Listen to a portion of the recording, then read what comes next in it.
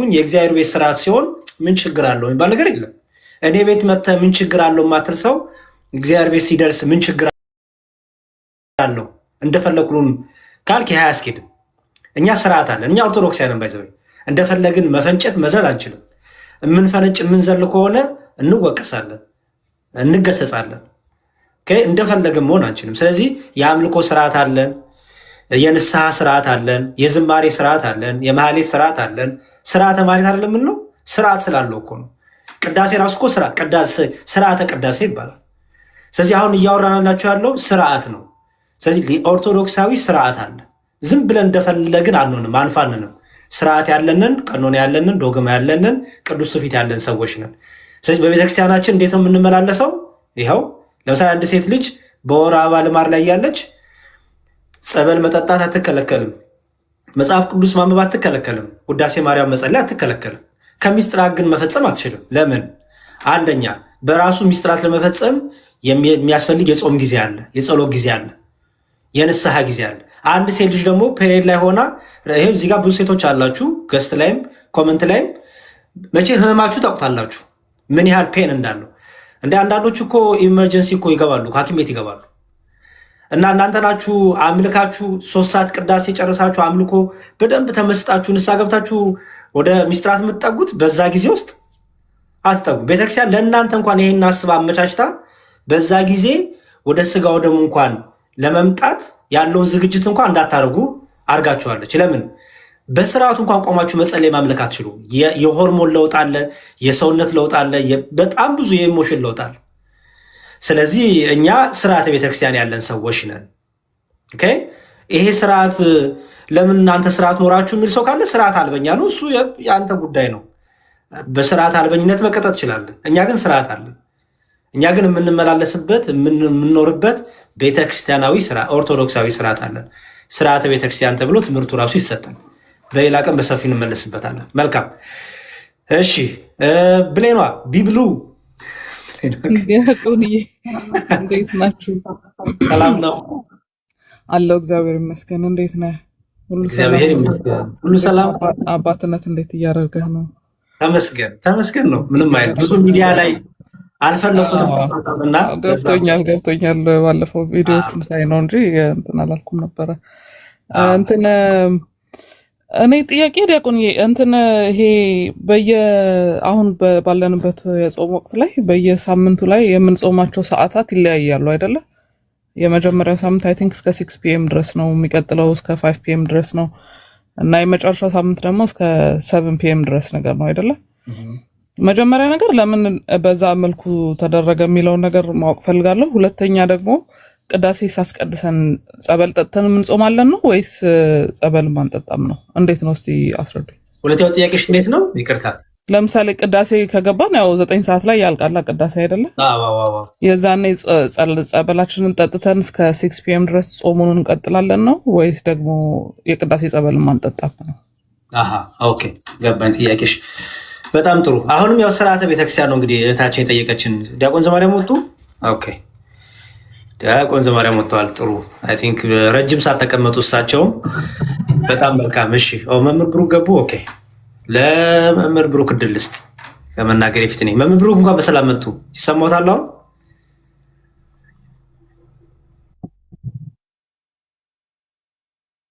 እግዚአብሔር ድረስ ትንሽ ደቂቃ መንገድ ላይ ነኝ። ትንሽ ደቂቃ ታገስ። እሺ ጥሩ። ብሌንዬ ምን አለ መሰለሽ እንግዲህ አጿጿም ያው የእያንዳንዱ ሳምንት የየራሱ የሆነ ስያሜ የየራሱ የሆነ አስተምሮ እንዳሉ ታውቂያለሽ አይደለ?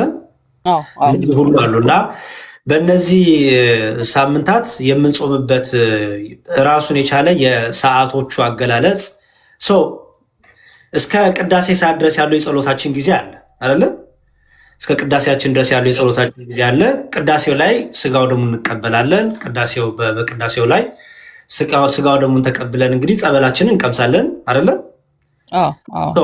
እንግዲህ አሁን የአዋይ ጾም ነው አይደለም? የምንጾመው አዋይ ጾም ይባላል። የአዋይ ጾም የተባለ ምክንያት ለምንድነው? ሁላችንም በህብረት የምንጾመው ቤተክርስቲያን ለልጆቿ አውጉጃ በህብረት የምንጾመው ጾም አለ። በዛ ደግሞ የፈቃድ ጾም ደግሞ አለ። አይደል? የፍቃድ ጾም ደግሞ አለን። የፍቃድ ጾም ደግሞ ምንድነው? ለበረከት ለምሳሌ አሁን በሰሞነ በዚህ ሰሞን በፋሲካ ጸሎታችን ሰሞን ጾማችን ሰሞን የጌታን መከራ ሕማም አይደለም የምናስበው አይደል? ያን የጌታ መከራና ሕማም መምብሩክ የተናገሩ ነው እንዴ? የሆነ ድምፅ ገባ ብዬ ነው። ኦኬ ስላለ ሆነ የሚታርጋቸውና እሺ፣ ሀሳብ ሊሰጡ ካልፈለጉ ብዬ ነው። ለመምህራኑ ቅድሚያ ስለምሰጥ ነው። እሺ፣ ስለዚህ የፍቃድ ጾማችንም ደግሞ ጨምረን ከተወሰነው አሁን የቅዳሴያችን ጸሎት የሚያልቅበት ሰዓት አለ። ከዛ ደግሞ ኤክስትራ ጨምረን ደግሞ እንጾማለን አይደለ? ኤክስትራ ጨምረን የምንጾመው ደግሞ ለበረከት ብለን ሕማሙን ግርፋቱን በዚህ ጾም ደግሞ በቃ በደንብ ጨምሬ ደግሞ ልጾም፣ ስለ ኃጢአቴ ስለ በደሌ ጨምሬ ልጾም፣ ጨምሬ ልስገድ፣ ጨምሬ ይሄን ላድርግ እያልን ለበረከት ደግሞ ብለን የምንጾም ጾማል አይደል? የቅዳሴያችን ላይ ለምሳሌ ሰው ቅዳሴ ጨረሰ፣ ስጋው ደሙን ተቀበለ። ከዛ በኋላ የሚበላው ይበላል አይደለ? ምንም ይበላል። የስጋ አይበላም፣ ይበላል። አደራ በጣም እያለ ጥንቃቄ ያስፈልጋል። እና ይበላል ኔሴስ ያው የጾሙ ይበላል ማለት ነው አይደለ? መልካም። አንዳንድ ሰው ደግሞ ከቅዳሴው በኋላ ይመጣና ጸበሉን ጠጥቶ ደግሞ ረዘም ላለሳት ደግሞ ይቆያል። ጸበሉን ብቻ በጠጣበት ማለት ነው። ገባሽ? ረዘም ላለሳ ቆይቶ ከፀሐይ ከጠለቀሽ በኋላ ጾሙ ምንድነው ደግሞ የሚበላም አለ። ቤተክርስቲያኗ ይህንን በስርዓቱ አስከታ የፈቃድ ጾሙ እንዳለ ሆኖ ደግሞ የአዋጅ ጾሙንም በአንድ ላይ አስተባብራ ለምሳሌ የጌታን ሕመም በማሰብ የጌታን መከራ በማሰብ ከዚህ ጋር አድርገው ቀመሩን በዚህ አድርገው ሰዓቱን ሰዎች እስከዚህ ሰዓት ይጹሙት እስከዚህ ሰዓት ደግሞ ያደርሱት እያሉ ይህን ጾም ያስቀምጣሉ። አንድ እንዲሁም የሆነ መጽሐፍ ሪፈር ላድርግሽ። ስርዓተ ቤተክርስቲያን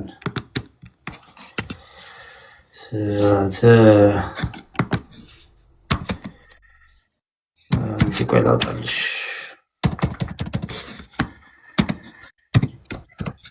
ቆይ ጠብቂኝ እሺ። ቢብሊ ኦኬ፣ በቃ ገስ ላይ ጠብቂኝ። ፍትሐ ነገሥቱ ላይ ያለውንም አውጣልሻለሁ። የእንትኑንም ሌላ የያዘ ዲቴል አለ፣ እሱንም አውጣልሻለሁ። ቆይ ፍትሐ ነገሥቱን ላውጣልሽ መጀመሪያ። እዛ ግሩፕ ላይ ያለሽ እንዴ? አዎ አለው። ኦኬ፣ እዛ ጋር ስለ ጾምን በእንተ ጾም የሚል ክፍል አለ፣ አይተሽዋል? አይ ቲንክ አይቼዋለሁ መሰለኝ። እዛ ላይ ግን አላገኘሁትም ነበር። ዲያቆን እንትን ልበለው እዛ ላይ ፈልጋለሁ፣ አሳይሻለሁ። በእንተ ጾም ብሎ ያስቀምጣል። ቆይ በእንተ ጾም ብሎ እስከ ስንት ሰዓት መጾም እንዳለብን፣ እንዴት መጾም እንዳለብን፣ ጾሙ ደግሞ የአዋጅ ጾም የፍቃድ ጾም የሚለውን ይህን ሁሉ የያዘ ክፍል አለው። እኔ አላውቀውም ነበረ። በአጋጣሚ ዲያቆን ሄኖክ የሆነ ቦታ ሲያስተምረው ወይ ኢንተርቪው ሲደረግ አይቼ በአብይ ጾም ላይ በስምንቱም ሳምንታት የተለያዩ ሰዓታት ነው የሚጾሙት ምናምን ብሎ ሲያወራ ሰምቼው ነበርና ያው ከየት ነው የመጣው ይሄ ነገር ብዬ ማለት ያው ኦብቪየስሊ ልክ እንደሆነ አውቄያለሁ፣ ግን ምንድነው እንትኑ ከዛ በጀርባ ያለውን ነገር ለማወቅ ነው እንጂ። ጥሩ። በእንተ ጾም የሚለው የአንቀጽ 55 ላይ አለልሽ፣ ምዕራፍ 55 ላይ ወይም አንቀጽ 55። ኦኬ፣ ፍትሐ ነገሥቱ ላይ አንቀጽ 55ን አንብቢ። እሺ ደግሞ በጻፉ ካለሽ አንቀጽ 55 አንቀጽ 55ን አንብበሽዋል ወይስ አላገኘሽውም? አለ እንትን ላይ የግሩፑ ላይ ፖስት ያደረከው ነው አይደለ? ፍትሐ ነገሥት ብሎ ሙሉን የያዛለ። ኦኬ፣ እሺ። እዛ ላይ አንቀጽ 55 ላይ አለልሽ። እሺ አንብቢውና ኢኒዌይስ ጠይቂኝ፣ ችግር የለውም። ምንም ችግር የለም። እሺ ጠብቂ፣ ሌላው መጽሐፍ እስካወጣልሽ። እሺ። እስከዛ ሌሎቻችሁን ጥያቄ ልቀበል እስካዘጋጅ ድረስ። 15 አይደለም ያልኩት 55 አንቀጽ 55 ግሩፑ። እሺ በኋላ አሳያችኋለሁ። እሺ ደሜ ሰላም በለን እስከዛ። እሺ ሰላም ለእናንተ ይሁን ውድ የተወደዳችሁ ኦርቶዶክሳውያን። ዲያቆንዬ እንዴት ነህልኝ? ሰላም ለአንተ ይሁን። ከላይም ከታችም ያላችሁ እንግዲህ ኦርቶዶክሳውያን ዘወረደ ብለን ጾሙን ጀምረናል። እግዚአብሔር አምላክ ደግሞ በቸርነቱ የሆሳናን ጨርሰን እንግዲህ ፍልሰታን የምናገኝበት ይሁን። እግዚአብሔር ይርዳችሁ፣ እግዚአብሔር ይርዳችሁ። ሁላችንም እግዚአብሔር ይርዳል። እኔ አንድ ሁለት ጥያቄ ምናምን ነገር አለኝ። ባይቤሊካል የሆነ ነገር ጥያቄያችን ምንድን ነው? አንዳንድ ጊዜ ይሄኛ ነው ይሉናል። አሁን እኔ እንግዲህ በመጽሐፍ ቅዱስ ነውና የምናገረው ከዚህ ከመጽሐፍ ቅዱስ አንድ ቃል አውጥቼ ስናገር ማለት ነው ይሄኛውማ የኛ ነው እኛ የምናምነውን ነው እናንተ አታምኑም የሚባል ነገር አለ እና ዛሬ እንግዲህ እግዚአብሔር ይመስገን የሁሉ ሰው አለ። ሁለት ቃል ነው ማለበው እዚህኛው ኤፌሶን ምዕራፍ 2 ቁጥር 8 ላይ ያው ታውቀዋለህ፣ ቃሉን ላንብበው ብዬ ነው። ታውቀዋለህ፣ እንደዚህ ይላል አምነን ይላል አምነን በጸጋው ድነናል። አምነን በጸጋው ድነናል፣ ይህም የእግዚአብሔር ጸጋ ነው እንጂ የእናንተ ስራ አይደለም አለ። እንግዲህ አምነን በጸጋው ድነናል። አምነን በጸጋው ድነናል። የዳንበት ደግሞ ከኛ ሳይሆን ከእርሱ የተነሳ እንደሆነ ይነግረናል። እንትን ላይ ደግሞ ምንድነው እዚህ ሮሜ 5:9 ላይ የኔም ጥያቄ እዚህ ነውና እኔም በኮንፊደንስ የምናገርበት ነውና ያሬዶ ምን አይነት ሀሳብ እንዳለክ እዚህ ላይ ትነግረኛለህ ማለት ነው። ምንድነው የሚለው መሰለህ እዚህ ጋር እንግዲህ በደሙ ዛሬ ከጸደቅን ይላል።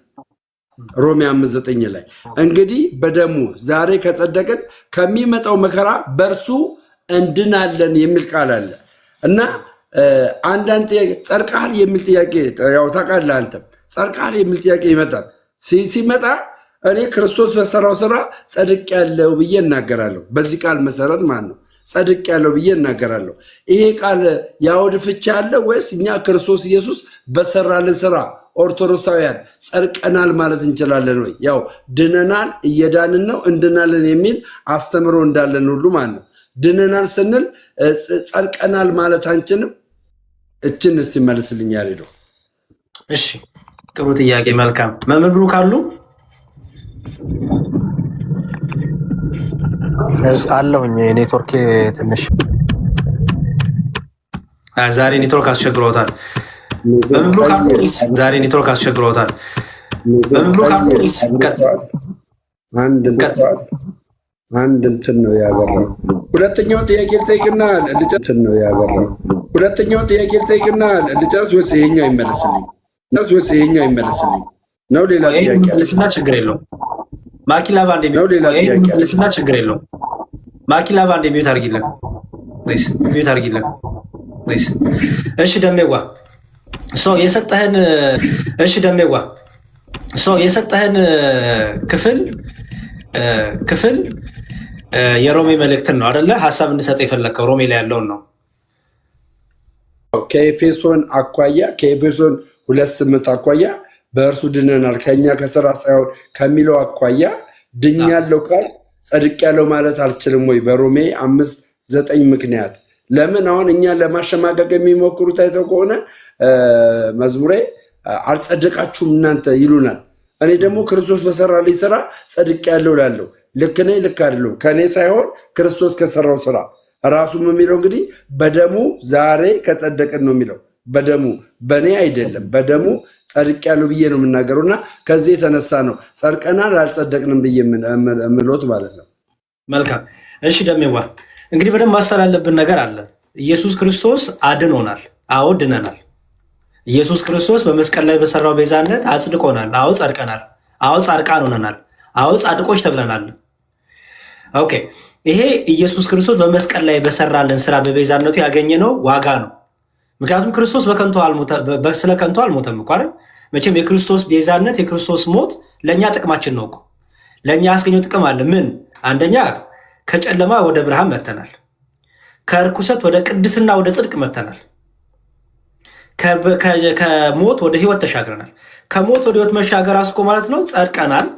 በክርስቶስ ድነናል ማለት ነው። አዎ ድነናል። አዎ ጸድቀናል። አዎ ቅዱሳን ተብለናል። አዎ ጻድቃኖች ተብለናል። ኦኬ ይሄ ማለት ግን ምን ማለት ነው? ይሄ ማለት ግን ይሄን ንጽህና ይሄን ቅድስና ይዘን ሳንቆይ ሳንጸና ድነናል፣ እየዳንን ነው፣ እንድናለን እንላለን። ድነናል የምንለው ከኢየሱስ ክርስቶስ በተሰራልን ቤዛነት ከኛ በሆነ ሳይሆን እኛ ላዋጣንበት እኛ አልተሳተፍንበት ከኛ ያልሆነ ከኛ መዋጮ ያልነበረበት እርሱ በቸርነቱ በፍቅሩ እንዴ የቁጣ ልጆች ሳለን አይደል የወደደን? በጨለማው ሳለን እኮ ወደደን። ሳንወደው እኮ ነው የወደደን። በዚህ ፍቅር ውስጥ እግዚአብሔር በልጁ ዓለሙ ሲታረቅ የእኛ ድርሻ ነበረበት እንዴ? እኛ ወደነው ነበር እንዴ? አልወደድነውም እኮ። እኛ እኮ እንዲሁም እኮ ዓለም እኮ ሰቅሏለች ክርስቶስን፣ መድኃኒቷን እኮ ሰቅሏለች። ስለዚህ ዓለምን ከራሱ ጋር ሲያስታርቅ በዚህ እርቅ ውስጥ እኛ ያዋጣ ነው የእኛ ድርሻ የለም። ኦኬ፣ ይሄ ድነናል፣ ጸድቀናል፣ ቅዱሳን አድርጎናል፣ ቀድሶናል፣ አጽድቆናል፣ በደሙ ዋሽቶናል። ደሙ ዝም ብሎ በከንቱ አልፈሰሰም። ኦኬ፣ ድነናል ስንል ይሄን ነው እንግዲህ። ድነናል በሚለው ውስጥ ምን አለ? ቅዱሳን አድርጎናል፣ አጽድቆናል፣ ጸድቀናል ማለት ነው። ከጨለማ ወደ ብርሃን መተናል ማለት ነው። ኦኬ፣ ከጨለማ ወደ ብርሃን የመጣ ነው። እኛ ግን ይሄ የተሰጠንን ቅድስና፣ ይሄ የተሰጠንን ንጽህና፣ ይሄን ያገኘነውን ቅድስናና የጽድቅ ሕይወት በጽድቅ ሕይወት ካልተመላለስን እሱን ትተን በስጋ ፍሬ እየተገለጥን በስጋ ሕይወት እየተመላለስን ከሆነ እንቆረጣለን። ከጽድቅ ሕይወት ከመዳን ሕይወት ከክርስቶስ አካልነት ከግንዱ ላይ ያ ቅርንጫፍ ሊቆረጥ ይችላል። ለዚህ ነው ፍሬ የማያፈራውን ዛፍ ሁሉ አይደለም የሚለው ፍሬ የማያፈራውን። ስለዚህ ፍሬ ካላፈራን ፍሬ አላፈራንም ማለት ደም የምን መሰለ? በጽድቃችን አልጸናንም ማለት ነው። ቅዱሳን ሆነን ሳለን ቅድስናችን አልጠበቅንም ማለት ነው። ጸድቀን ሳለን ጽድቃችንን አልጠበቅንም ማለት ነው። እንደ ጸደቀ ሰው በክርስቶስ እንደዳነ ሰው ክርስቶሳዊ ሕይወት የለንም ማለት ነው። ክርስቶስ ጻድቅ ነው አይደለ? ደሜ ክርስቶስ ቅዱስ ነው። ክርስቶስ ጻድቅ ነው። ለምሳሌ እግዚአብሔር ምን አለ? እኔ ቅዱስ ነኛ እናንተ ምን ሁኑ? ቅዱሳን ሁኑ። ስለዚህ ቅዱስ መሆን እኮ አልተነፈግንም። ቅዱሳን እኮ መሆን አልተነፈግንም፣ ሁኑ ተብለናል። ይህን ቅድስና ግን ካላጸናን ድነናል፣ እየዳንን ነው። በዚህ እየዳንን ነው በሚለው ሕይወት ውስጥ በጽድቅ ካልተመላለስን፣ በንስሐ ካልተመላለስን፣ በሕይወት ካልተመላለስን ግን አዎ ወደኋላ ከፈገፈግን እንደሚገባን በክርስቶሳዊ ሕይወት ካልተመላለስን እንሆናለን፣ እናጠዋለን። መዳናችን አጣ ማለት ጽድቃችንን ቅድስናችንን ምን አድርገው ነው ታው ነው ማለት ነው። ኦኬ፣ ይሄን ደግሞ ጽድቅና ቅድስና እንዴት ነው የምንጠብቀው? በንስሐ መንፈስ ቅዱስ ልባችንን ሲያንኳኳ፣ መንፈስ ቅዱስ ኃጢአት ሰርተሃል፣ በደል ሰርተሃል፣ መንፈስ ቅዱስ ለጸሎት ሲያበረታን፣ መንፈስ ቅዱስ ኃጢአተኛነታችንን ሲነግረን ሲወቅሰን፣ ልባችንን ከፍተን በንስሐ ስንመለስ ምን እናደርጋለን? ደግሞ እንታጠባለን አይደል? ልክ የቆሸሽ አይደል የሚታጠበው? ደሜዋ ጸድቀናል፣ ንጹህ ሆነናል። ስንቆሽሽስ በኃጢአት ምን እናደርጋለን? እንታጠባለን አይደል? እንታጠባለን ማለት ነው እንቀደሳለን አይደል? ወደ ጽድቅ ሕይወት ደግሞ እንመጣለን። ስለዚህ ድነናል፣ እየዳነ ነው። ከዛ ደግሞ እንድናለን። አሁን ቅድም ምን አለን? በክርስቶስ ከጸደቃችሁ ከቁጣው ደግሞ ከቁጣው ምንድን ነው የሚለው? ድናችኋል፣ ትድናላችሁ፣ ትድናላችሁ። ሚውትን አንሳ ደሜዋ። ኦኬ፣ በእርሱ ከቁጣው በጥላ እንደዚህ ነው የሚለው። ከጸደቅን ከሚመጣው መከራ በእርሱ ድናችኋል አይልም፣ እንድናለን ነው የሚለው። ተስፋ ነው። እንድናለን ያለው ለምን ይመስልሃል? ከሚመጣው መከራ ነው የሚለው። አየህ፣ ከሚመጣው መከራ እንድናለን። የሚመጣው መከራ የቱ ነው?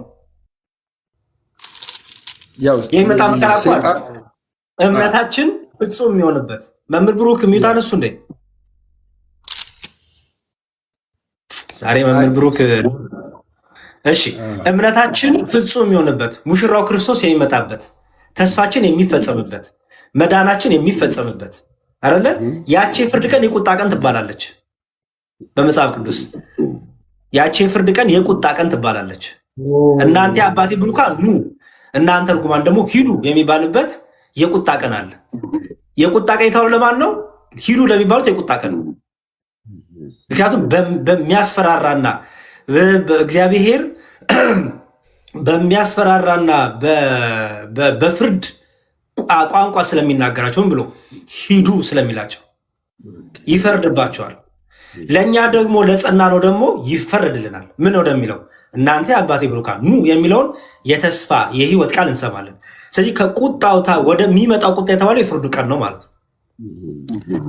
የፍርዱ ቀን ደግሞ የምናመልጠው በምንድን ይላል? ማቴዎስ ወንጌል ምዕራፍ 24 ደሜ እስከ መጨረሻው የጸና ቢኖር እርሱ ምን ይላል ነው የሚለው? ይድናል። ይድናል። አልዳንም እኮ አይደለም ድኗል እኮ የሰው ይድናል። ተስፋ ግን እስከ መጨረሻው ማለት አለበት፣ መጽናት አለበት። በምኑ መጽናት አለበት? በቅድስናው፣ በጽድቁ፣ በንጽህናው፣ በመንፈሳዊ ፍሬ ክርስቶስን በመምሰል ህይወት ውስጥ ምን ማለት አለበት? ቢጸና ምን ይሆናል? ይድናል። ይድናል ሲባል አልዳንም ማለት ነው። ተስፋ አለው ወደፊት። አልዳንም አይደለም፣ አልዳንም አይደለም። መዳኑን ጠብቆ ቢጸና የዘላለም ህይወትን ደግሞ ያገኛል። በፍርድ ቀን ከቁጣ ያመልጣል ማለት ነው። ቴንኪው እግዚአብሔር ያክብር። አንድ እሱ ነው። ሌላው ግን ቅዱስ ጳውሎስ ከእኛ ስራ አልዳንም እያለ ይናገራል። የቅዱስ ጳውሎስ መልእክት ደሜጓ ብዙ ጊዜ አይተህ አንብበው ከሆነ ዕብራውያንን፣ ኤፌሶንን፣ ቆሮንቶስን፣ ሮሜን ስታጠና ኦዲየንሶቹን ያማከለ ነገር ያነሳል። ለምሳሌ በአይሁድና በአሕዛብ መካከል ክርክር ነበር ታውቃለህ። እነዚህ አሕዛብ የመጡት በምንድን ነው? ወደ ክርስቲያን የጨመሩት በጥምቀት ነው አይደል? አይሁዶች ደግሞ አስቀድሞ በግርዘት የአብርሃም ዘር አይደሉ? ግርዘታቸውን ይመኩበት ይመጻደቁበት ነበር። ስለዚህ ሰው የሚድነው በግርዘት አይደለም። ሰው የሚድነው በእምነት ነው። ወደ ክርስቶስ ኅብረት ስትመጣ በእምነት ነው የምትጨመረው፣ በእምነት ነው የምትመጣው። አምነ በመጠመቅ ነው ወደ ግንዱ የምትጣበቀው እንጂ በእኛ ስራ አይደለም አይደል? በእኔ ስራ አይደለም። የክርስቶስ አካል ለመሆን እኔ ማዋጫ አለ እንዴ? የለም። ወይ የክርስቶስ አካል ለመሆን ለምሳሌ የብሉይ ኪዳን ህዝበ እስራኤል የእግዚአብሔር ህዝብ ለመባል ምን መድረክ ነበረባቸው? መገረዝ ነበረባቸው አይደለ? መጀመሪያ ላይ በብሉይ ኪዳን። አሁን ግን መገረዝ አለመገረዝ አይጠቅምም አለ ቅዱስ ጳውሎስ። በቃ አይጠቅምም መገረዝ አለመገረዝ። አየኸው፣ መገረዝ አለመገረዝ አይጠቅምም። አሁን በክርስቶስ ባለን እምነት ምን እንሆናለን? ሁላችንም ወደ ህይወት እንጨመር፣ የእግዚአብሔር ልጆች እንሆናለን፣ ወደ አካሉ እንጨመራለን። ስለዚህ ከኛ አይደለም ያን ጽድቅ ያገኘ ነው። ጽድቃችን ክርስቶስ ነው ሲባል ምን እያልን ነው? ከኛ ባልሆነ እኛ ባላዋጣንበት በቸርነቱ በፍቅሩ በመሆነ ምህረት ተደረገልን እያልን ነው። ይሄ ማለት ግን ታዲያ በጽድቅ አንመላለስ ማለት ነው? ይሄ ማለት ታዲያ ግን በፍሬ አንመላለስ ማለት ነው? አይደለም። ስለዚህ በቸርነቱ አይደለ እኛ ኦርቶዶክሲያን የፈለገ መልካም ስራ ብንሰራ ምንድን ነው የምንለው? እንደ ቸርነት ተቀበልልን አይደለም ነው። ለምን? መጽሐፍ ቅዱስ ምን ስለሚል ማንም የቆመ ቢመስለው ምን እንዳይል ይጠንቀቅ፣ እንዳይወድቅ ይጠንቀቅ። ለምን አለ እንዴ? መቆም በራሱ እስከ መጨረሻው መቆም ከሆነ እንዳይወድቅ ለምንድን ነው ይሄ የሚጠነቀቀው? ይሄ የቆመ ሰው ምን ስላለበት ነው? ስጋዊ ስለሆነ ድካም ስላለበት አይደለ? ድካም ይኖራል። እየተመኘ እየሰራ እያሰበ ሊበድል ይበድላል። ስለዚህ ጽድቅ መልካም ነገር እንኳን ብንሰራ መልካም ነገራችን አያስመካንም። መልካም ነገር እንኳን ሰርተ ምንድን ነው የምንለው? እንደ ቸርነት። ለዚህ ማስረጃ ልስጥና ልጨርስ። ማቴዎስ ወንጌል አስተውለ ከሆነ እነዛ ብራብ አላበላችሁኝም፣ ተጠምቼ አላጠጣችሁኝም እንዲህ ብሎ ጌታ ይጠይቃል አይደለ? ትዝ ይላል። ከዛ ግን ቅዱሳን የመለሱለት መልስ አለ። እነዛ በቀኝ ወደ ዘላለም ሕይወት የሚገቡት ምን ብለው መለሱ? ጌታ ሆይ እንዴ መቼ ተርባ አበላን? መቼ ተጠምታ ጠጣን? መቼ ታርዛ አለበስን አሉት አይደል? ጌታ ምንድን ነው ያላቸው? እንዴ እናንተማ ስላደረጋችሁ ሳይደል የሚለው አድርገውታል እኮ ደሜ። እነሱ ግን ምን እያሉ ነው? አላደረግንም እያሉ ነው። እንዴ አላደረግንም ሲሉ እየካዱ ነው እንዴ? አድርገውታል ግን ለሱ ብለው አይደለም።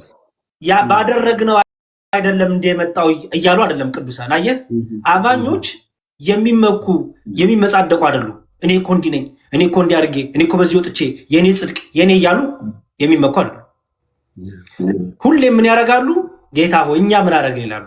ቸርነትን ጠብቆን እንጂ ምሕረት፣ ረድኤት፣ ይቅርታ ይዞን እንጂ እኛስ ምን አደረግን? አድርገውታል እኮ ኖረውታል እኮ። ነዳያኑን መግበዋል፣ ድሆችን ሰብስበዋል፣ መልካም ነገርን አድርገዋል፣ በፍቅር ተመላልሰዋል። ግንስ አይመኩም በዛ። ምክንያቱም ትምክታቸው ማን ነው? ክርስቶስ። ትምክታቸው ማን ነው? ምሕረቱ፣ ቸርነቱ፣ ረድኤቱ። እዚህ ቅዳሴያችን ላይ ምን ብለን እንጸልያለን? ትዝ ይል እንደሆነ ደሜ ጻድቃንን ብትምራቸው ከጽድቃቸው የተነሳ ነው ይባላል። ኃጥአንን ብትምራቸው ግን ያን ጊዜ መሐሪ ትባላለህ ይላል። አየኸው፣ እግዚአብሔር ጻድቃንን ቢምር እንዲያው ከመልካም ስራቸው የተነሳ ማራቸው ይባላል። ኃጢአተኞችን ቢምርስ የዛን ሰዓት መሐሪ ይባላል። አየህ ለምን? ኃጢአተኛን የሚምር ስለሆነ። ኃጢአተኛውን መማሩ ይደንቃል። ጻድቁን ቢምርማ ስለ ጽድቁ ነው ይባላል። ኃጢአተኛውን ሲምር ግን ይሄ እግዚአብሔር እኮ መሐሪ ነው ትለዋል። ይኸው ኃጢአተኛው እንኳን ምህረት ይጠብቃል። ምህረቱ ተስፋው እግዚአብሔር ነው። ጻድቁስ ተስፋው እግዚአብሔር ነው። አሁን ጻድቅ ነኝ ብሎ አይመጻደቅም፣ አይመካም። ስለዚህ ከኛ ባልሆነ እንሄዳለን ማለት ነው። ከኛ ባልሆነ ወደ ክርስቶስ አካል ተጨመርን። ከዚህ በኋላስ ከኛ የሚጠበቅ ነገር አለ። ምን? ክርስቶስን በመምሰል መኖር፣ በእምነት መጽናት፣ በቅድስና መጽናት፣ በመንፈሳዊ ፍሬ መጽናት። ካልጸናንስ ምን እንሆናለን? እንቆረጣለን። ንስሐ ካልገባንስ እንቆረጣለን። ስለዚህ እንዲሁ በጸጋው ድነናል ስንል ከኛ ያልሆነ በክርስቶስ ቤዛነት ድነናል እያልን ነው። መስቀል ላይ ያዋጣነው መዋጮ አለኛ የለም። በመስቀል ላይ ያደረግነው ድርሻ ያለን እኛ የለም። እንዲሁ በጸጋው እንሄዳለን አይደለ? ያ ጸጋው ምንድን ነው? ባይዘወይ እችን ልፍታና ልጨርስ። ጸጋው የተባለው ምንድን ነው? የእግዚአብሔር ጸጋ የተባለው ልጁ ክርስቶስ አይደል እንዴ? አይደለ? ጸጋውን ደግሞ ያገኘነው በመስቀል ላይ በቤዛነቱ አይደለ? ሁላችንም እንዲሁ በጸጋው እንሄዳለን። ይህ በመስቀል ላይ ክርስቶስ ቤዛ ሲሆን ለተወሰኑ ግሩፖች ነው? ለዓለሙ ነው። ለዓለም ሁሉ ነው አይደለ? መድኃኒት ለሚያስፈልጋቸው ሁሉ ጌታ ምን ሆነ? በቃ ጽድቃችን ሆነ አይደለ? ጸጋው ክርስቶስ እንዲሁ አዳነን። ኦኬ፣ እንዲሁ አዳነን ክርስቶስስ ከዚህ በኋላ ከእኔና ከአንተ ምን ይጠበቃል? ወደ ክርስቶስ የመጣን ሰዎች፣ በአካል ያለን ሰዎች በንጽህና በቅድስና እየዳንን ዕለት ዕለት መጨረሻ ደግሞ ከቁጣው አምልጠን የህይወትን ቃል የምንሰማበትን ያን የእምነት ጽናት ደግሞ እየዳንን በሚለው ውስጥ እያበረታን ሙሽራው ክርስቶስ እንጠብቃለን ማለት ነው። ደሜዋ ቃልዎት ያሰማልን ዲያቆንዬ። እግዚአብሔር ዘመኖትን ይባርክ። ደስ የሚል ትምህርት፣ ደስ የሚል ማብራሪያ፣ ቆንጆ። ስለዚህኛ ኦርቶዶክሳውያን እንግዲህ ክርስቶስ ኢየሱስ ባደረገልን ጽድቅ ጸድቀናል። ነገር ግን ጸድቀናል ብለን እኛ ዋን ሴቭ ኦልዌይስ ሴቭድ አማኞች አይደለንም። እያስተማሩ እየሰማችሁ እንደሆነ ዋን ሴቭድ ኦልዌይስ ሴቭድ አማኞች አንዴ ድኛለሁ ኃጢአት በሰራ ድነቴን አላጣም አይባልም። እኛ ኦርቶዶክስ ውስጥ አላጣም አንልም። እኛ ኦርቶዶክሳውያን ድነታችንን በመፍራትና በመንቀጥቀጥ አለ ፊልጵስዩስ 2:12 ላይ ድነታችሁን እንግዲህ በመፍራትና በመንቀጥቀጥ ፈጽሙት ብሎ ስለሚናገር እንደዛ በመሆን ያንን ይነገራል። ግን ማንም እኛ ጨለማ ውስጥ ናችሁ ቢሉን አይደለንም። ከጨለማ ክርስቶስ ኢየሱስ በደሙ አጽድቆናል። ያጸደቀን ደም ደግሞ እኛ ጸንተን እንድንኖር እንቀጥላለን ብለን ዲያቆን እንዳስተማረን እንደዛ እንላለን ማለት ነው። ሁላችሁንም ቴንኪው። ይሄኛው ጥያቄ ዕብራውያን 1 ላይ ነው። ዕብራውያን 1 ላይ እንግዲህ እኛ የሥላሴ አማኞች ነንና እዚህ ጋር ማን የተናገረው የሚል ነው እና ትንሽ ክርክር ስለነበረበት ምናልባት ይህንን ክፍል ከዚህ በፊትም ተወያይቶት ከሆነ ክሊር እንዲያደርጉልን ነው። ኦኬ። በነገራችን ላይ ይቅርታ አድርጉልኝና ቅድም አንድ ነገር ብለዋል። አንድ ሰው በኃጢአት ተጨማልቆ በንስሐ ሕይወት ካልተመለሰ እንደው እዚህ ጋር ክሊር እንዲያደርጉልን ለሕዝቡም ለእኛም በንስሐ ሕይወት ሳይመለስ ከዚህ ዓለም በሞት ቢያርፍ ይሄ ሰው የዘላለም ሕይወት አይወርስም። ምክንያቱም በኃጢአት ተጨማልቋል ብለውናል። እንደዛ እና ለዚህ ሰው ፍትሐት ቢደረግ እግዚአብሔር ለካህኑ በሰጠው ስልጣን ምሕረትን የሚያገኝ ይመስሎታል? ዲያቆንዬ እኛ ለሰዎች ሲኦል እንዲገቡ አንጸልይም። ሲጀመር ደሜዋ እንኳን ለክርስቲያን ወገናችን አካላችን አይደለም ለሚያርዱን እንኳን ምሕረት ነው የምንጸልየው። እግዚአብሔር ምሕረት እንዲያደርግ እግዚአብሔር ይቅር እንዲል። በነገራችን ላይ በጸሎታችን ላይ ሁሌም እግዚአብሔር ሆይ ለፍጥረት ሁሉ ምሕረትን አድርግ፣ ለሰው ልጆች ሁሉ ምሕረትን ስጥ፣ ደግሞ ለቤተክርስቲያን አካሎች፣ ለቤተክርስቲያን አባሎች፣ ለብልቶቻችን ሁሉ በአንድ ላይ ላለን ሁሉ እግዚአብሔር ምሕረትን አድርግ ብለን ጸሎት እናደርጋለን። ጸሎተ ፍትሐት ሀሳቡ ምንድን ነው? እግዚአብሔር ስለዛች ነፍስ ልክ ያቺ ነፍስ ክቡር ናት። የክርስቲያን ነፍስ አይደለች? በኃጢአት ልትጨማለቅ ትችላለች፣ በበደል ልትጨማለቅ ትችላለች አይደል? ግን ክርስቶስ የሞተላት ነፍስ ናት፣ ክብር ናት። ስለዚህ ዝም ብለን አንሸኝም፣ ዝም አንወረውርም። ልክ ከእግዚአብሔር ዘንድ ልጆች ሲሰጡን እግዚአብሔርን አመስግነን በቤተክርስቲያን በጸሎት በምስጋና እንደምንቀበሉ ደግሞ ልክ ደግሞ ሲሞቱ ደግሞ እነዛ የክርስቲያን አካሎቻችን ምን እናደርጋለን? እናዝናለን። ስናዝን ማንም ያዘነ ቢለው ምን ያርግ ነው የሚለው? ደሜ ይጸልይ። ደስ ያለው የሚወደው ምን ይዘምር። ሀዘናችን በብዙ ምክንያት ሊሆን ይችላል። ሞት ሊሆን ይችላል። የተለያየ ነገር ሊሆን ይችላል። አሁን የምናወራው ስለ ሞት ስለሆነ ሞት የክርስቲያን ወገን ሲለይ ሞት ሀዘን ነው። ለቤተክርስቲያን ሀዘን ነው። ላሉት አካል ብልቶች ሀዘን ነው። ሀዘን ሲሆን ምን ያደርጋሉ ክርስቲያኖች? ይጸልያሉ። ምን ብለው? ጌታ ሆይ ይህችን ነፍስ ማራት፣ በደልም ኃጢአትም ሰርታ ከሆነ አንተ ታውቃለህ፣ በመልካም ተመላልሳም ከሆነ አንተ ታውቃለህ። ግን ምን በላት? ማራት፣ ራራላት፣ ተቀበላት ብለን አካል ብልቶች ስለሆንን አንዱ ቢታመም ሁሉ አብሮ ይታመማልና ስለዛች ነፍስ ይጸልያል። ኦኬ። መሐሪነቱ ግን የእግዚአብሔር ነው። እኛ ግን በእምነት እንጸልያለን። ምን ብለን? ማር፣ ራራ፣ ይቅር ብለን እንጸልያለን። ስለ ክርስቲያን አካላችን ብቻ አይደለም፣ ስለሚገለንም፣ ስለሚያርደንም፣ እስር ቤት ስለሚወረውረንም፣ ክርስቲያንን ስለሚጠላም ሰው እንኳን እንጸልያለን። ምን ብለን? ማር፣ ራራ፣ ይቅር ብለን ማለት ነው። ስለዚህ ምህረቱ የእግዚአብሔር ዘንድ ነው። ከእኛ ግን እንደሚጠበቀው ደሜ ባጭሩ እግዚአብሔር ሆይ ይቅር በለው፣ ይችን ነፍስ ተቀበላት፣ ማራት፣ ራራላት ብለን የመጸለይ ግን አንደኛ ክርስቲያን ለክርስቲያን መጸለይ ግዴታው ስለሆነ፣ ሁለተኛ ደግሞ ክርስቲያኖች ከአምላካቸው ከክርስቶስ ተምረዋል። ምን ብለው? ማር፣ ራራ፣ ይቅር በል የሚል የፍቅር ጸሎት ተምረዋል። ስለዚህ እየገደሏቸውም ለሚገሏቸውም ይጸልያሉ። ምን እያሉ? ይችን ነፍስ ይቅር በላት እያሉ። እስጢፋኖስን መውሰድ እኮ ነው። እስጢፋኖስን የወገሩት እኮ ምን ያደረጉት ናቸው? በክርስቶስ ያመኑ ናቸው አይደሉም እኮ እንዴ? እስጢፋኖስ በክርስቶስ ላላመኑት ለሚወግሩት ከጸልየ ከለመነ፣ ይቅር በላቸው ብሎ ከጸልየ ከለመነ፣ እኛ ለአካላችን ለሆነው በድካም በኃጢአት ሊሆን ይችላል። ግን አካላችን ክርስቲያን ለሆነ ደግሞ ማር፣ ራራ፣ ይቅር በል እያልን ለዛች ነፍስ እንጸልያለን። እሺ ቴንኪው ቃልዎት ያሰማልን ዲያቆንዬ። እዚህ ዕብራውያን ምዕራፍ 1 ቁጥር 1 ላይ እንደዚህ የሚል ቃል አለና እዚህ ጋር ማን ነው የተናገረው? የትሪኒቲ መገለጫ ወይ ደግሞ የስላሴ መገለጫን እናይበታለን ወይ? ትንሽ ክርክሮች ስላሉ ነው። ከጥንት ጀምሮ እግዚአብሔር በብዙ አይነትና በብዙ ጎዳና ለአባቶች እንግዲህ አስቀድሞ እግዚአብሔር ለአባቶቻችን በነቢያት ተናገረ ይላል። በነቢያት ተናገረ ይላል። በኋላ ዘመን ግን ሁሉም ወራሽ ባደረገው ሁሉም በፈጠረበት በልጁ ነገረን ይላል። አሁን እዚህ ጋር እግዚአብሔር እኛን የተናገረን ራሱ ዳይሬክትሊ ነው ወይስ በልጁ ነው የተናገረን? ኦኬ፣ በአጭሩ በአዲስ ኪዳን በልጁ ነው የተናገረን። በልጁ ነው የተናገረን ማለት የአብ ሐሳቡ የአብ ቃሉ የወልድም ነው። የአብ ፍቃዱ የወልድም ነው፣ የመንፈስ ቅዱስም ነው። በልጁ የነገረን ምን ብሎ ነው? በልጁ የነገረን በልጁ ምሕረትን ይቅርታ እንድናገኝ ነው። ይህች ይቅርታ ይህች ምሕረት የአብም ናት፣ የወልድ ናት፣ የመንፈስ ቅዱስም ናት። ለምሳሌ በብሉይ ኪዳን እግዚአብሔር ለአባቶቻችን በልዩ ልዩ መልክና ጎዳና ተናገረ። እግዚአብሔር አብ፣ ወልድ፣ መንፈስ ቅዱስ ማለት ነው። ኦኬ። ኋላ ደግሞ በአዲስ ኪዳንስ በብሉይ ኪዳን ነቢያቱን ይልክ የነበረው እግዚአብሔር አንዱ አምላክ እግዚአብሔር በአዲስ ኪዳን ግን ራሱ ልጁን ላከልን፣ የባህሪ ልጁን ላከልን። ለዚህ ክርስቶስ ምን አለ?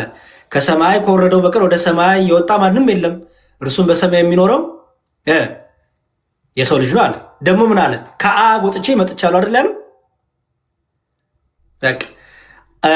ስለዚህ ኢየሱስ ክርስቶስ በአዲስ ኪዳን በልጁ ተናገረን፣ በነቢያቱ አይደለም፣ ራሱ በልጁ ተናገረን። ለዚህ ነው እግዚአብሔር ዓለሙን በልጁ ሆኖ ከራሱ ጋር አይደለም የሚለው። ስለዚህ በልጁ ተናገረን ሲል እንዳልከው ትሪኒቲንም ያሳያል። በአካል የተገለጠው አካላዊ ቃል እንደሆነ ያሳያል። በልጁ ስለተናገረን ደግሞ በማን ማለት ነው? አብ አለ ማለት ነው። ስለዚህ የአብ አባትነትን ታያለ፣ የወልድ ደግሞ የባህሪ ልጅነት ታያለ ማለት ነው። ስለዚህ ያንን በደንብ ግልጽ አድርጎ ነው የሚያስቀምጠው። ትሪኒቲንም ያነሳል እንዳልከው ደሜዋ። እሺ መልካም ጥሩ። እሺ ቢብልዬ መጽሐፉን በውስጥ ላክልሽ። እቺ እየከፈተልኝ አይደለም። ምንም ችግር የለም ዲያቆንዬ፣ ምንም ችግር የለም። እዚህ ቦታ ከሚይዝ ልውጣላችሁ። ኖ ውጭ ቦታ አስፈልጊ ብቻ ውጭ፣ ችግር የለውም። እሺ እሺ። እኔማ ከወጣሁማ ወዲያ ስል እስከምዞር እዚህ ልቀመጥ። እዚሁ እኛ ለዛ ነው እኛ ያልኩት።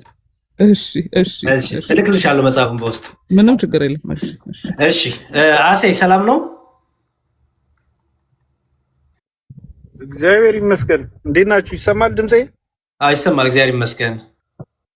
እሺ በጣም አመሰግናለሁ ስላስገባችሁኝ። ሄሎ አይሰማም? እሺ ይሰማል። እኔ ይሰማኛል። ከየት ቤተ እምነት ነው ማልበል? እኔ ከኦርቶዶክስ ተዋህዶ ነኝ። አሰግድ እባላለሁ። ሙሉ ስሜ አሰግድ ነው። እሺ ምን ነበረ ጥያቄ አሰግድ? እሺ አመሰግናለሁ። ቅድም አንደኛውን ጥያቄን ቅድም እህቴ አሁን ልውረድ ያለችው በብሉ አንስተዋለች። ምናልባት ቅዳሴው ላይ የሰዓቱ ነው። ምናልባት አንዳንድ ቦታ እስከ 8 ሰዓት ቅዳሴ ያልቃልና ከዛ በኋላ እንትን አይልም። እንደው አንዳንድ ቦታ ደግሞ 9 ሰዓት የሚሆንበት አለ። አንዳንዶች ልጆች ደግሞ አሁን ከኔ ጋር የሚሄድ ልጅ አለ እሱ እስከ 12 ይቆያል እና ምንድን ነው ብዬ ስጠይቀው ምንም እየነገረኝ አይደለም። እና ምናልባት እዚህ ላይ የእናንተ ከቤተ ክርስቲያን አኳያ ምንድን ነው የሚለው ነገር ነው። የሰዓት ልዩነቱ ቅድም አንስተዋለች። አይ ቲንክ እሱ ነው አንደኛው። ሁለተኛውንም ልቀጥል? እሺ ሁለተኛ ምን ነበረ? ሁለተኛው ደግሞ አንድ ሰው ለምሳሌ ንስሐ ይገባል፣ ለሰራው ኃጢአት ንስሐ ይገባል እና አንድ ጊዜ ንስሐ ከገባ በኋላ ተመሳሳይ አይነት ኃጢአት ደግሞ ሊሰራ ይችላል። ያው ሰውነንና ሁለተኛ ኃጢአት ሰርተን ንስሐ ስንገባ ምን አይነት ንስሐ ነው የምንገባው?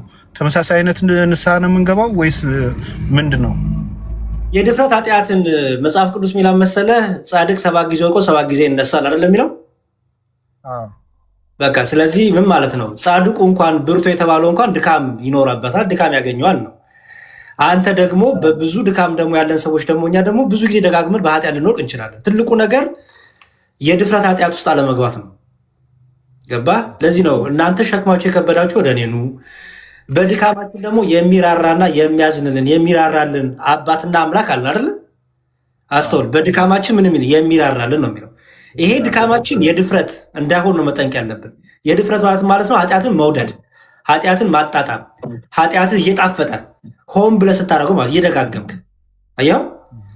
በቃ ልክ ልብን አደንድነህ የንስሐ ልብ የለህም፣ የመጸጸት ልብ የለህም፣ የማዘን ልብ የለህም። ኃጢአትን በድፍረት እያጣጠምካት በጣም በቃ ኢንጆ እያረካት የምትሰራው ከሆነ ይሄ በጣም ከባድ ነው።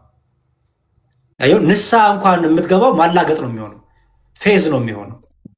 ኦኬ ሁለተኛው አይነት ንስሐ ግን አለ። የትኛው ትክክለኛው ንስሐ? ለምሳሌ የጴጥሮስና የይሁዳን ንስሐ እኔ ጴጥሮስ ትበድላለህ ተባለ አይደለ?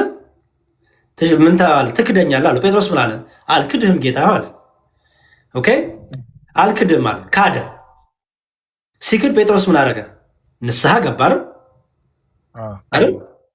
ንስሐ ገባ፣ እግዚአብሔር ተቀበለው። ለምንድነው የጴጥሮስን እግዚአብሔር የተቀበለው ቢባል ከልብ የሆነ ከንባ የሆነ ከልብ የሆነ ጸጸት ስለሆነ ማለት ነው። የይሁዳ ስትመለከት ግን ተቃራኒ ነገር ታያለ። ይኸው ይሁዳ ልቡን ያደነደነ ልቡን ያጸና ኢቭን ንስሐ እንኳን አገባቡ መጨረሻ ላይ ንስሐ ሊገባ እንኳን ቢሞክር የብልጣ ብልጥነት ነበር። በቃ ልክ ሞቼ አስቀድሜ በቃ ቀድሜ ሄጄ ቀድሜ ሞቼ የዛ ሰዓት ከሲኦል ነፍስ ሳይወጣ እኔም በቃ በሚል የብልጣ ብልጥነት በውስጡ ብልጣ ብልጥነት ያለው ፍጹም ጸጸት የሌለው ፍጹም መመለስ የሌለው ፍጹም መሰበር የሌለው ንስሐ ነበር። ስለዚህ ምንድነው መልሴ ባጭሩ? ኃጢአት እየደጋገም ትሰራለህ፣ ድካም ስላለብህ ኃጢአት እየደጋገም ትሰራ፣ ተስፋ እንዳትቆርጥ ንስሐ ግባ። ንስሐ እንዴት ነው ስትል በቃ የሰራውን ኃጢአት መናዘዝ ነው። ጌታ ሆይ ዘማዊ ነኝ፣ ጌታ ሆይ ሌባ ነኝ፣ ጌታ ሆይ እየደጋገም በዝሙት ኃጢአት ወድቄያለሁ፣ ፊት ልቆም አይገባኝም እያልክ ንስሐን መግባት፣ ከንስሐ አባት ጋር ንስሐን እየገባ እየተነጋገር በምክረካ መቆየት። ምክንያቱም መንፈሳዊ ህይወት ሩጫ ነው አይደል ወንድሜ? አይደል? በሩጫ ውስጥ ሩጫ ሜዳ ላይ ያለው በሩጫ ሜዳ ላይ ምን አለ? ያ በሩጫ ውስጥ ስላለ መውደቅ መነሳቱ አለ፣ ፈተናው አለ። ሰይጣን ደግሞ ዝምም አይልም ሲጀምር። ምክንያቱም ሰይጣን እስከ መጨረሻው ድረስ ይታገላል። ለዚህ ነው ጌታ እስከ መጨረሻ ሲጸና ቢኖር እሱ ይድናል ያለው፣ እንዳትጸና ፈተና መከራ ስላለብህ ማለት ነው። ስለዚህ ሰይጣን እየደጋገመ ሲዋጋ አንተ ልታሸንፈው የምትችለው ጎበዝ ነኝ ጀግና ነኝ እያልክ በትምክት አይደለም። ሰይጣን ልታሸንፈው የምችለው ዛሬም ኃጢአት ብትሰራ አሁንም ንስሐ መግባት፣ ጸሎትን አለማቆም፣ ንስሐን አለማቆም፣ እግዚአብሔር ፊት መቆምን አለማቆም፣ ተስፋ አለመቁረጥ፣ የእግዚአብሔርን መሐሪነት ቸርነት ዕለት ዕለት ደጅ መጥናት። ያ ምን ይሰጣል መሰለ? ከልብ የሆነ ንስሐ ከሆነ ከልብ የሆነ ጸጸት እስከሆነ ድረስ መንፈስ ቅዱስ እያገዘ መንፈስ ቅዱስ እያበረታ መንፈስ ቅዱስ በድካሞችህ ላይ ጥንካሬን እየሰጠ ኃጢአትን ወደ መተው ትመጣለህ ማለት ነው። አሁን ችግሩ እኔ እናንተ ንስሐ ስንገባ ከልባችን ስብር ብለን ከልብ የሆነ እንባ አይደለም ያለን። ገባ? ጊዜያዊ ንስሐ ነው። ስሜታዊዎች ነን። በቃ ዝሙት ዛሬ ስለሰራው ነው በቃ በጣም አልቅሼ ምናምን። ከዛ በኋላ ግን ተመልሼ ወደ ዝሙቱ ደግሞ እገኛለሁ። አየው፣ የመቁረጥ ንስሐ አይደለም ያለን የኛ የኔና ያንተ ንስሐ ቁርጥ አድርገን በቃ ይሄንን ነገር እተዋለሁ፣ ለእኔ ሰውነት አይገባም፣ ይሄ ሰውነቴ የክርስቶስ ማደሪያ ነው፣ መቅደስ ነው፣ አይገባም ይሄን ላደርግ ብለን ቁርጥ የምናደርገው አይነት ንስሐ አይደለም የእኛ ንስሐ። ብዙ በቃ ተመልሶ እግዚአብሔር ቤት የማይገኝ ተመልሶ ለጸሎት የማይተጋ ተመልሶ ለመንፈሳዊ ነገር የማይተጋ ንስሐ ነው። ለምሳሌ ልስጥና ላቁ ሚዲያ ላይ አንዳንድ ሰዎች አይተሃል፣ ይዘምራሉ አይደለ? ከዛ ደግሞ ሲዘፍኑ ደግሞ ታያላል። ኦኬ፣ አሁን አስተውሎ ይሄን ህይወት።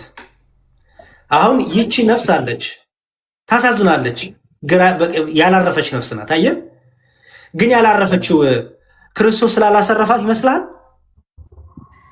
የእነሱ የስጋ ፍላጎት ስለሆነ ይመስለኛል። ስላልወሰኑ ስላልቆረጡ አይደል? ሁለት ነገር ስለወደዱ በሁለት ልብ ስላሉ እስከ መቼ ድረስ በሁለት ብታ ነቅሳላችሁ እንደሚል ቃል ወይ ሞቅ አላሉ ወይ በራድ አልሆኑ። አየው፣ መካከል ላይ ሆነዋል። ሞቅታውንም ይወዱታል፣ በራዱንም ይወዱታል፣ ዓለሙንም ይወዱታል፣ መንፈሳዊቱንም ይወዱታል። እነዚህ እቺ ነፍስ እግዚአብሔር የንስሐ ጊዜ ይሰጣታል፣ እንድትመለስ ያስተምራታል፣ ይመክራታል። እምቢ ካለሽ ግን ትቀጣለች። አየው። ስለዚህ የእኛ ነፃ ፍቃድም እንዳለ እንዳትረሳ፣ የእኛ በመበርታት የእኛ መወሰን፣ የእኛ መቁረጥ፣ የእኛን ነገር መወሰን በቃ ክርስቶስ ይሻለኛል ብሎ ቁርጥ አለ። ግን ያንን ስትወስን ግን ምን ይፈልጋል? ድካም አለው፣ ውጊያ አለው። እየጸና እየበረታ በጸሎት እየተጋ ኃጢአት በሰራም ተስፋ ሳቆርጥ የማይጠየፍህ ኃጢአት ሰርተሃል ብሎ አንተን እግዚአብሔር አይጠየፍህም። እግዚአብሔር የሚጠላው ኃጢአትን ነው እንጂ አንተን አይጠላም። ይህን ታውቃለህ? ሀቅ ነው። በቃ ስለዚህ ኃጢአት ብትሰራም እግዚአብሔር ፊት ቁም። እግዚአብሔር ካልረዳ ኃጢአትን መተው ስለማትችል፣ መንፈስ ቅዱስ ካላገዘ ኃጢአትን መተው ስለማትችል፣ በኃጢአትህ ላይ ጉልበተኛ መሆን ስለማትችል፣ ስለዚህ ከንስሐ እንዳታቆም ማለት ነው። የድፍረት ኃጢአት ውስጥ እንዳትገባ፣ ልምምድ ውስጥ እንዳትገባ፣ ኃጢአት እንዳጣፍጥ፣ ይህን እርግጠኛ ይህን መጠንቀቅ ነው ያለብን። እሺ መምህሬ በጣም አመሰግናለሁ። ግን ካላስቸገርኩ አንድ ያንተን ፍቃድ የምፈልገው ጉዳይ አለኝና አንድ ነገር ልበልና ከተመቸህ እንደዚህ ነው ትለኛለህ። ይቻላል? አይ በቃ በሀሳብ በውስጥ ጻፍልኝ። በውስጥ ልጻፍልህ? አዎ እኔ ጥያቄ ብቻ ነው የምቀበለው አሁን ላይ። ሰው ሌላ ከኔ ጋር የተገናኘ ነገር ካለ ግን በውስጥ ጻፍልኝ። እሺ አመሰግናለሁ። በቃ እሺ አመሰግናለሁ በጣም እሺ ታንክ ዩ ፎሎ አድርጊያለሁ። እሺ ታንክ ዩ እሺ ዛጎል ቶሎ አቅርቦ ጥያቄ። እኔም እንግዲህ ጥቂት ደቂቃ ነው የቀረኝና ዛሬ ዛጎል እሺ እንደምን ዋላችሁ ወንድሞች? እንደምን ዋልክ? ተመስገን። ኦርቶዶክሳዊ ነኝ፣ ግን እዚሁ ቅበተ እምነት ቲክቶክ ላይ በምናገኛቸው ቤቶች ድንገት ኦርቶዶክሳዊ ጥያቄ ሲጠየቅ ለመመለስ እንሞክራለን እና ብዙ ጊዜ የሚጠየቀው እርስዎም በሚያውቁት ጥምቀትን ነው እና ጥምቀት ለድህነት ይሆናል ስንል እንዴ ሳይጠመቅ እኮ የዳነ አለ ብለው ፊያታዊ ዜማን ያነሳሉ። እንዴ ይሄ እኮ ትእዛዙ ታላቁ ትእዛዝ ማርቆስ 16:16 ወይም ማቴዎስ 28 ቁጥር 19 ላይ ያለው ትእዛዙ ከመሰጠቱ በፊት ነው ስንላቸው እንዴ ዮሐንስ 3:5 ላይ እኮ ትምህርቱ ተሰጥቶታል። ለዛ ምን የሚለው ሰው ከውሃና ከመንፈስ ካልተወለደ በቀር ወደ እግዚአብሔር መንግስት ሊገባ አይችልም ብሏል። እዛ ጋር ትምህርቱን ስለተሰጠ ለድህነት ቢሆን ኖሮ እያጠመቁ ያሳዩን ነበር ሐዋርያቱ። ነገር ግን አላጠመቁም።